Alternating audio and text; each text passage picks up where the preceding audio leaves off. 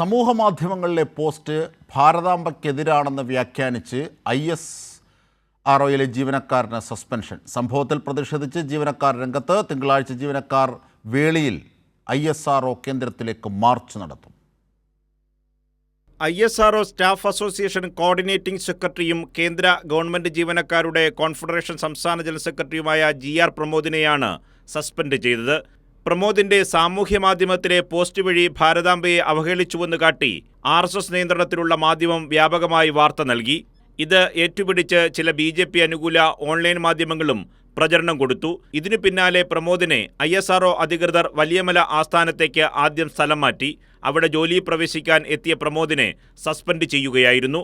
പ്രമോദിനോട് വിശദീകരണം ചോദിച്ചിരുന്നു. സർവീസ് ചട്ടം ലംഘിക്കുന്ന ഒന്നും പോസ്റ്റിലില്ലെന്ന് പ്രമോദ് മറുപടി നൽകി.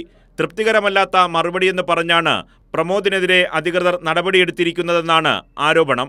ISRO നടപടിക്കെതിരെ കോൺഫെഡറേഷൻ നേതൃത്വത്തിൽ ജീവനക്കാർ തിരുവനന്തപുരം GPOയ്ക്ക് മുന്നിൽ പ്രതിഷേധിച്ചു. പ്രതിഷേധം FSETO general secretary MA Ajith Kumar ഉദ്ഘാടനം ചെയ്തു. കോൺഫെഡറേഷൻ സംസ്ഥാന പ്രസിഡന്റ് N വിനോദ് കുമാർ അടക്കമുള്ള നേതാക്കൾ സംസാരിച്ചു. തിങ്കളാഴ്ച ജീവനക്കാർ വേളിയിലെ ISRO കേന്ദ്രത്തിലേക്ക് മാർച്ച് നടത്തും. കൈരളി ന്യൂസ്, തിരുവനന്തപുരം.